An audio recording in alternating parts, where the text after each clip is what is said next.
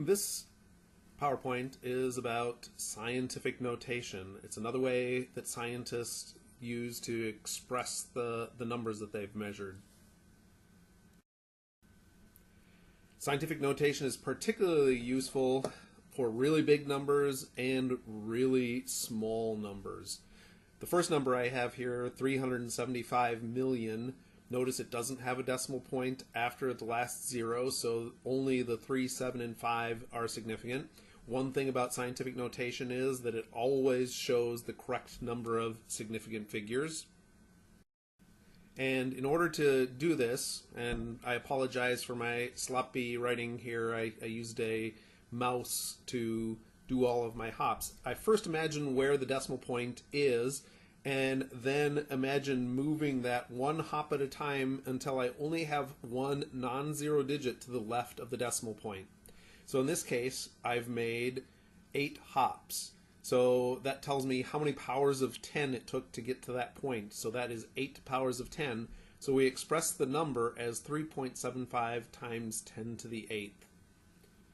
Another number that's fairly common in science is the speed of light, and I googled this number here. Apparently this has been measured to 9 sig figs, but for the most part you are likely not to use more than 3 or maybe 4 significant figures for any calculation in chemistry. So again, I imagine where the decimal point would reside and then hop one digit at a time until I only have one non-zero digit to the left of the decimal point. And since I only want 3 sig figs here, I look to the 4th sig fig to see if I need to round up or not, and I do because the next digit is a 7. So this number would become 3.00, and I made 8 hops, so 8 powers of 10, so 3.00 times 10 to the 8th meters per second. This is a useful way of writing very small numbers here. I've got this number 0.0000000450. It becomes difficult to keep track of the right number of zeros, and it's hard to remember when you're typing in on a calculator how many zeros you've entered, so it's a lot more convenient to use scientific notation. So in this case, I'm going to do the same thing. I'm going to move the decimal point, only this time I'm going to move it to the right until I have one non-zero digit to the left of the decimal point. So it looks like I have made 7 hops to get just to the right of the 4. So it would be 4.50 times 10 to the minus 7 meters. I included the 0 because there's a decimal point, so trailing zeros become significant when there's a decimal point involved. And then I've got a really small number here, the Bohr radius of the hydrogen atom. And we do the same thing. We take that decimal point and I'm going to hop it over until I have just one non-zero digit to the left of the decimal point. And I've specified here I want 2 sig figs. That looks like 9 or 10 sig figs that this is known to. I go 5.2, the next number is 9, so I'm going to round up. So it's going to be 5.3 times some power of 10, representing the number of hops I've made. So since this is a number smaller than 1, it's going to be a fraction, and essentially we're dividing by 10 each time to get to that point. So we're going to have a negative exponent. So 5.3 times 10 to the minus 11 meters for the Bohr radius of an atom, of a hydrogen atom. Sometimes we want to convert back, although I don't know why, but our textbook will have us do this a few times. Just to kind of give you a feeling of how large or how small some of these numbers are. So I've got the distance to the sun in meters. Again, Google is the best thing in the world. You can Google these things. I don't know how accurate these are, but it certainly seems like numbers that are relatively good. So I'm going to move the decimal point because it's larger. It's a positive exponent. It's a number larger than 1, so I'm going to have to move that 11 decimal places to the right. I've only got 3 decimal places shown, so that means I've got to add on 8 more zeros to this number. So this number becomes 1, 4, 9, 6, and then a whole string of zeros. I don't know, what is this It's going to be thousands, millions, billions, 149 trillion meters. That's a long ways to the sun. A number that isn't quite so small here, microwaves, being 1 times 10 to the minus 2 meters, or ranging from that to 1.87 times 10 to the minus 1 meters. Again, I'm going to move, since it's a negative number, it's a number smaller than 1, so I'm going to have to move my decimal point 2 places to the left.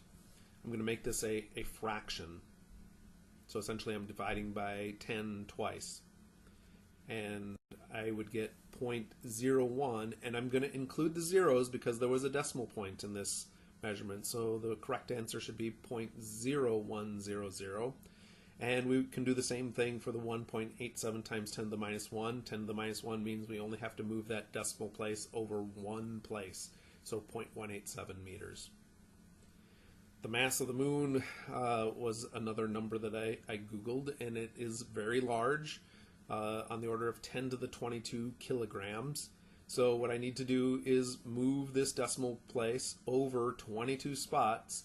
There are, let's see, 3, 6, there's 8 digits there, so I'm going to have to add on 14 zeros onto the right of this number.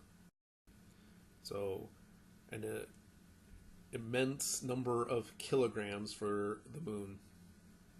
Okay, the mass of a proton seemed like a number that would be really small. This was the number that I again found on Google for the mass of a proton, and I need to move the decimal point to the left this time because this is a number smaller than 1. It's a fraction, so I've got to divide by 10 24 times effectively. So I'm going to move that decimal place to the left of the 1, and then I'm going to move 23 more spots occupied by zeros.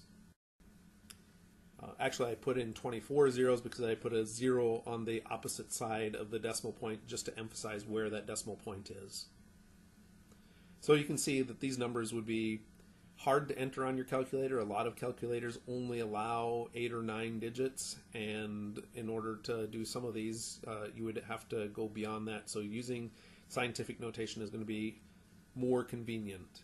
One thing about chemistry is that we tend to work with really small numbers of atoms, or really small quantities of material, but very large numbers of atoms. So we do make use of both positive and negative exponents.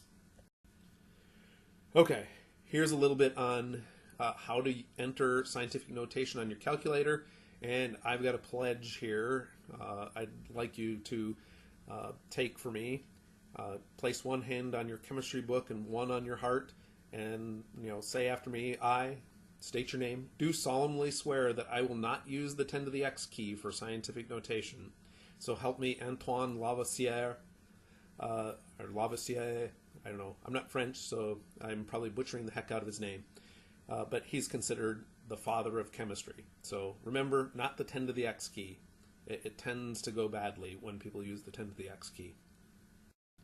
Okay, so here's one type of calculator that's pretty common in our chemistry classrooms, or you probably have one like this or very similar. If you're entering a scientific notation, you just type in the decimal number first, then you press the second key to get to the second function, and the symbol on calculators, or one of the symbols used to represent scientific notation on calculators, is EE. I think it technically stands for engineering exponent, but it's above on this particular calculator, the x to the minus 1 key. And then if this is a negative exponent, you'd want to hit the negative key, not the minus key. There is a key that is labeled minus. Just follow the arrow on number 4 here. If you toggle that, if you keep on hitting it repeatedly, it just toggles back and forth between positive and negative. So if you can't make up your mind, you can go back and forth a couple times with the negative key. And then just type in whatever your magnitude of your exponent is. These are common, particularly if you're taking one of the math classes. Maybe you're taking advanced algebra or trig or pre-calc or even calculus. These types of calculators are very handy. They work similar to the previous calculator. You type in the decimal portion of the number, you hit the second key, and in this case the EE key is above the comma key. If you need a negative exponent, again, all you have to do is hit the negative key. Do not hit the minus key. And then enter your exponent. Still a third type of calculator, and this one is actually pretty simple. If you're entering scientific notation on this, you just type in your decimal number portion.